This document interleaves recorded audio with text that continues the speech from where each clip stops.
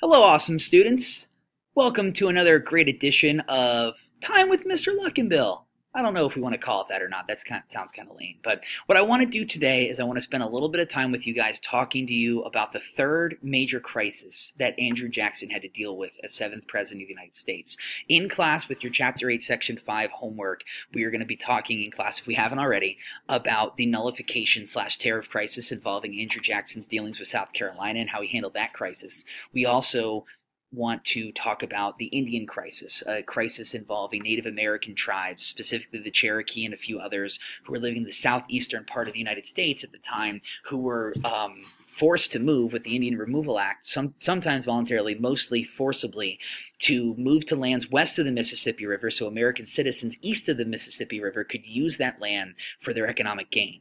But what I want to talk to you about for a few short minutes, and you should be following these notes that you have in front of you, giggity, giggity, beautiful, to fulfill, is about the third major crisis that Jackson was dealing with at the same time, called the bank crisis, or what many historians call as the bank war. So let's talk about the National Bank. The National Bank is something that was created by Alexander Hamilton in 1796. Hamilton thought that it would be a great place to store our nation's money and have a sound, safe, strong box to keep our nation's money in a time when we needed a reliable place to keep our money, because banks at the time were not as reliable as we consider banks today. If a bank went under because they were making poor decisions, your money went bye-bye. And that was the problem with banks of the time period. So Hamilton wanted to make this bank. Over time, the bank grew bigger and bigger and bigger because the bank took on more responsibilities. The bank was used to create a national currency. The bank was also loaning out money to businesses, largely in the North, to help those businesses become even bigger businesses. So your first piece of notes there, Jackson's attitudes towards the National Bank.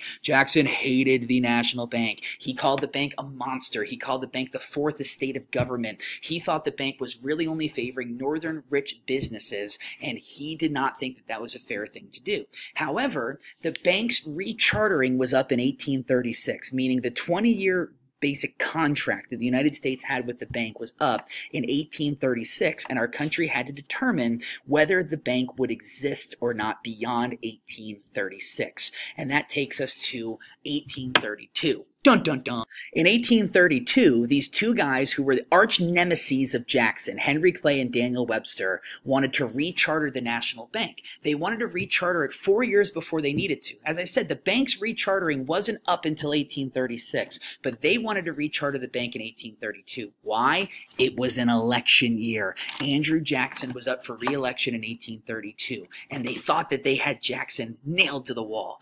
Webster and Clay thought that if Jackson supported the National Bank to get votes to help him win the election, he would look like a hypocrite, because for years he's been talking against the bank, and now he's supporting the bank by rechartering it. They were hoping that he would veto the bank. They thought that if they created a new recharter to create a bank, Jackson would then veto it, meaning as president you can reject a law passed by Congress, in this case the rechartering. Then those northern states would get super mad at Jackson for refusing to keep the bank, that they would all vote against him and vote for Henry Clay, who he ran against in 1832, and Jackson would lose the election. So they thought they had Jackson stuck between a rock and a hard place. If he accepts the rechartering of the bank, he's a hypocrite, and the South won't vote for him. If he vetoes the rechartering of the bank, the North will hate him, the North won't vote for him, and Jackson will lose the election of 1832. Did it work? It didn't work. It didn't work. It didn't even get close to working. As you can see in the election of 1832 map, Jackson stomped Henry Clay, who ran as a national Republican. That name's going to be soon changed to the Whig Party. We'll get to that in a second. He won 219 electoral votes to Henry Clay's only 49. The funniest part of this entire election is right here. South Carolinians, I don't know. They hated Jackson so much that they formed a new party, the Independent Democratic Party. Some called them the Anti-Jackson Party, and voted for this guy Floyd, knowing he wouldn't win the election, but just because they hated Andrew Jackson. That's how angry South Carolina was with that whole nullification dispute. So think about this. Andrew Jackson was dealing with a tariff nullification crisis, a Native American crisis, and a bank crisis, and still won re-election, destroying Henry Clay in 1832. That's how popular this guy was amongst the masses. This man of the people president, Andrew Jackson, really was a pretty popular guy. Now, let's move to the next part of our notes here. Andrew Jackson lasted for 4 more years. He served until 1836. He considered running for a third term, even though most presidents back then didn't think about running for third terms, because if George Washington didn't do it, then you shouldn't either. Jackson was so full of himself, he actually thought about being the first president to run for a third term, but he was in such poor health, he was basically slowly dying from the inside of a lead bullet that was in his chest. He decided not to break Washington's tradition and instead basically handpicked a puppet, Martin Van Buren, to run for president in 1836 as this new party that the Jacksonian called themselves as, which were Democrats. So you had the Democratic candidate in 1836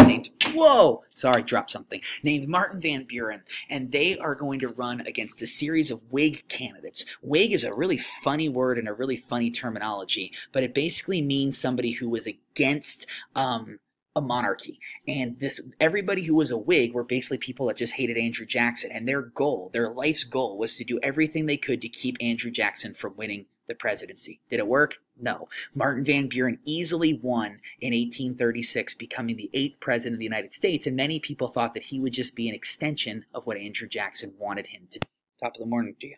So, what happened to Martin Van Buren? Unfortunately, the bank crisis was such a disaster. Ending the National Bank may have been the best idea for Andrew Jackson because he didn't like the National Bank. The problem was that our country needed a national bank. We needed a safe place to put our money. And when Andrew Jackson killed the National Bank, unfortunately, it led to 2 economic depressions, the Panic of 1837 and the Panic of 1839. So even though Martin Van Buren becomes president, he largely gets blamed for these 2 depressions. Jackson's gone. He's off on his hermitage on his plantation in Tennessee, living the life as retired president. Van Buren is stuck with this huge financial crisis that he has to deal with, largely because Jackson killed the bank and we no longer have a safe place to put our money. So for the next 4 to 5 years, our country was in a huge state of flux, which opens the door for, dun, dun, dun, the Whig Party. This takes us to the election of 1840, where Martin Van Buren is running again as a Democrat, trying to continue to be the 8th president of the United States to run for his 2nd term.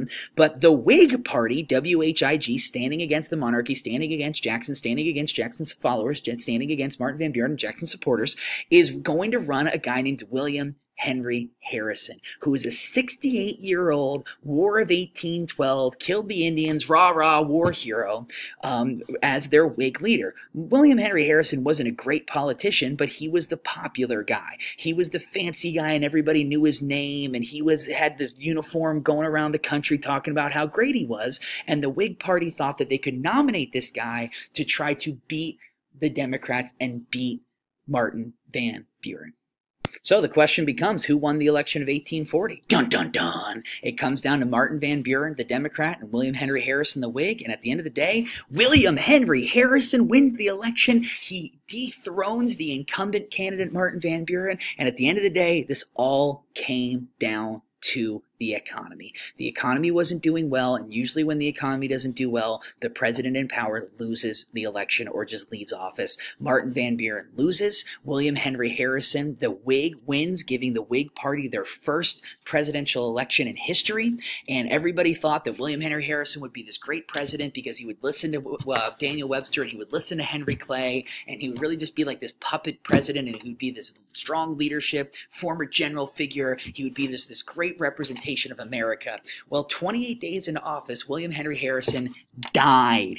Our 9th president of the United States was only president for 28 days. The saying goes is that on Inauguration Day, March 4th, 1841, William Henry Harrison gave a 3-hour speech outside in the pouring down rain and sleet without a coat on. It got him pneumonia, and the 68-year-old died just 28 days into office. That is a tragedy. His vice president is a guy named John Tyler. John Tyler will now become the 10th president and the first person ever to become president, taking over for a president that died, which shouldn't be a big deal. Unfortunately, John Tyler wasn't a true Whig. John Tyler didn't stand for the same things that Clay and Webster did. John Tyler was just a Whig because he, like many, he hated Andrew Jackson. And the Whig Party really was just a culmination, a collection of people that didn't like Andrew Jackson. So at the end of the day, we had a bank crisis. The bank crisis ended in the bank dying and the bank going away. Martin Van Buren takes over for Jackson and having to deal with all the mess from the bank crisis. That leads to him losing the election of 1840 to William Henry Harrison, who dies, and this dude, John Tyler, becomes president, and you've never heard of him before, and you never really have to worry about it. This has been an edition of Mr. Luckinbill, Time with Mr. Luckinbill, whatever the heck I call this. I hope you enjoyed it. Take your notes, bring them to class on Tuesday. Giggity, giggity, goodbye.